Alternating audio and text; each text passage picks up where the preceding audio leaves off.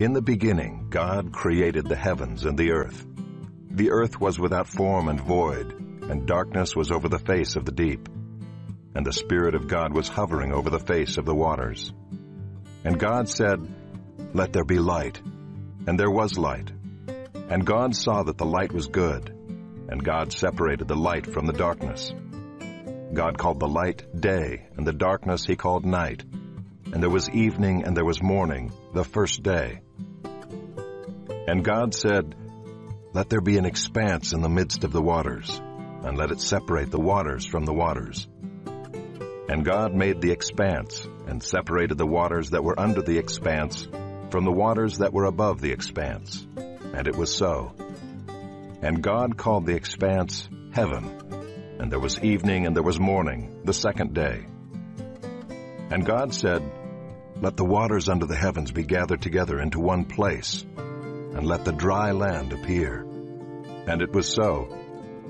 God called the dry land earth, and the waters that were gathered together he called seas. And God saw that it was good.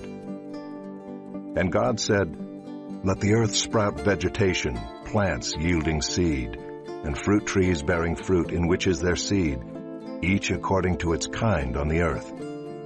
And it was so. The earth brought forth vegetation, plants yielding seed according to their own kinds, and trees bearing fruit in which is their seed, each according to its kind. And God saw that it was good. And there was evening and there was morning, the third day.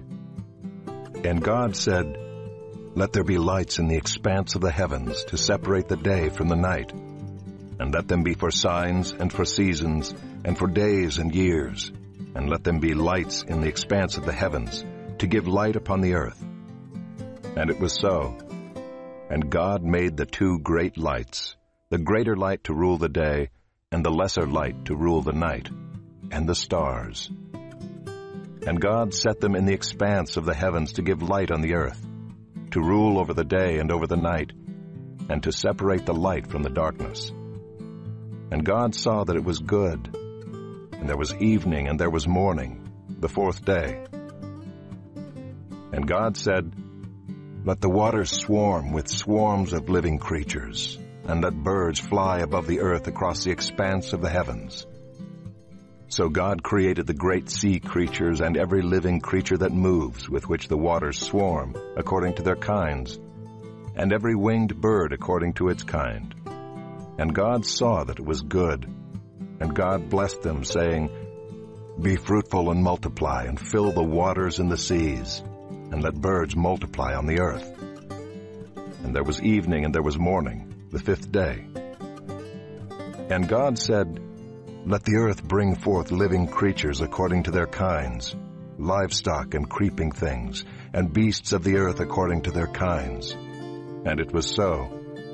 And God made the beasts of the earth according to their kinds, and the livestock according to their kinds, and everything that creeps on the ground according to its kind. And God saw that it was good. Then God said, "Let us make man in our image, after our likeness, and let them have dominion over the fish of the sea, and over the birds of the heavens, and over the livestock, and over all the earth, and over every creeping thing that creeps on the earth." So God created man in his own image. In the image of God he created him. Male and female he created them. And God blessed them. And God said to them, "Be fruitful and multiply, and fill the earth, and subdue it, and have dominion over the fish of the sea, and over the birds of the heavens, and over every living thing that moves on the earth."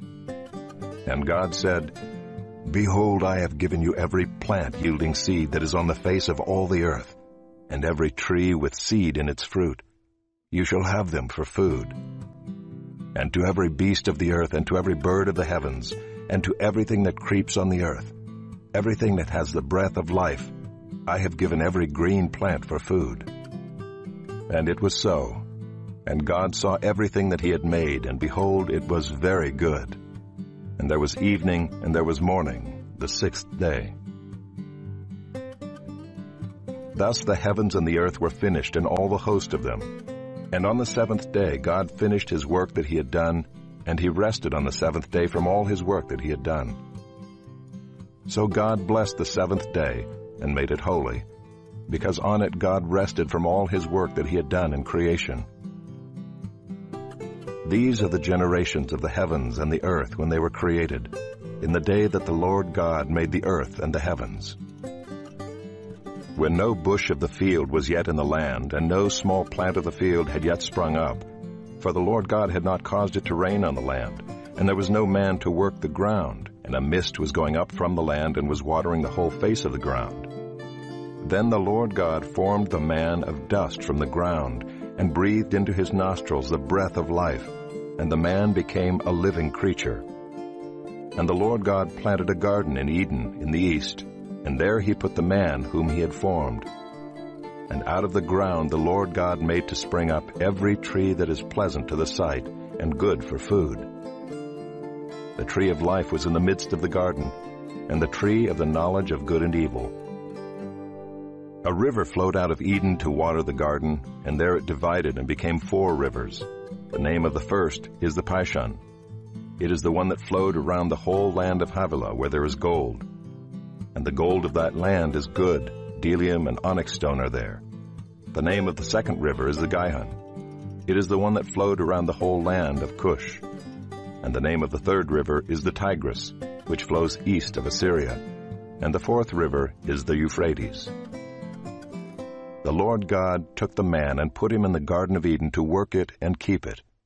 And the Lord God commanded the man, saying, You may surely eat of every tree of the garden, but of the tree of the knowledge of good and evil you shall not eat, for in the day that you eat of it you shall surely die.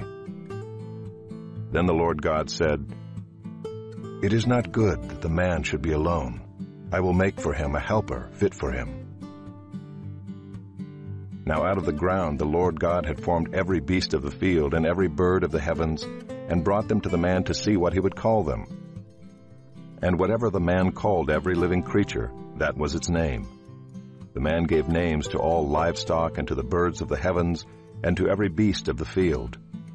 But for Adam there was not found a helper fit for him.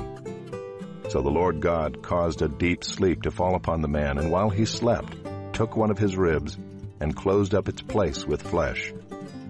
And the rib that the Lord God had taken from the man he made into a woman, and brought her to the man. Then the man said, This at last is bone of my bones, and flesh of my flesh. She shall be called woman, because she was taken out of man. Therefore a man shall leave his father and his mother, and hold fast to his wife, and they shall become one flesh. And the man and his wife were both naked, and were not ashamed.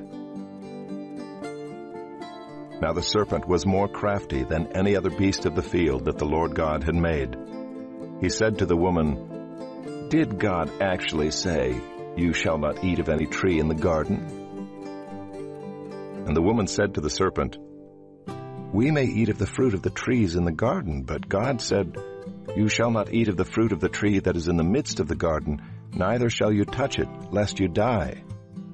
But the serpent said to the woman, You will not surely die, for God knows that when you eat of it your eyes will be opened, and you will be like God, knowing good and evil. So when the woman saw that the tree was good for food, and that it was a delight to the eyes, and that the tree was to be desired to make one wise, she took of its fruit and ate. And she also gave some to her husband who was with her, and he ate. Then the eyes of both were opened, and they knew that they were naked. And they sewed fig leaves together and made themselves loincloths. And they heard the sound of the Lord God walking in the garden in the cool of the day. And the man and his wife hid themselves from the presence of the Lord God among the trees of the garden. But the Lord God called to the man and said to him, Where are you? And he said, I heard the sound of you in the garden, and I was afraid because I was naked, and I hid myself. He said, Who told you that you were naked? Have you eaten of the tree of which I commanded you not to eat? The man said, Well, the woman whom you gave to be with me, she gave me fruit of the tree, and I ate. Then the Lord God said to the woman, What is this that you have done? The woman said, Well, the serpent deceived me, and I ate." The Lord God said to the serpent, "Because you have done this, cursed are you above all livestock, and above all beasts of the field. On your belly you shall go, and dust you shall eat all the days of your life. I will put enmity between you and the woman, and between your offspring and her offspring. He shall bruise your head, and you shall bruise his heel." To the woman he said, "I will surely multiply your pain in childbearing. In pain you shall bring forth children. Your desire shall be contrary to your husband, but he shall rule over you." And to Adam he said, "Because you have listened to the voice of your wife, and have eaten of the tree of which I commanded you, you shall not eat of it. Cursed is the ground because of you. In pain you shall eat of it all the days of your life. Thorns and thistles it shall bring forth for you, and you shall eat the plants of the field. By the sweat of your face you shall eat bread, till you return to the ground, for out of it you were taken. For you are dust, and to dust you shall return." The man called his wife's name Eve, because she was the mother of all living. And the Lord God made for Adam and for his wife garments of skins, and clothed them. Then the Lord God said, "Behold, the man has become like one of us in knowing good and evil. Now lest he reach out his hand and take also of the tree of life and eat and live forever." Therefore the Lord God sent him out from the Garden of Eden to work the ground from which he was taken. He drove out the man, and at the east of the Garden of Eden he placed the cherubim and a flaming sword that turned every way to guard the way to the tree of life.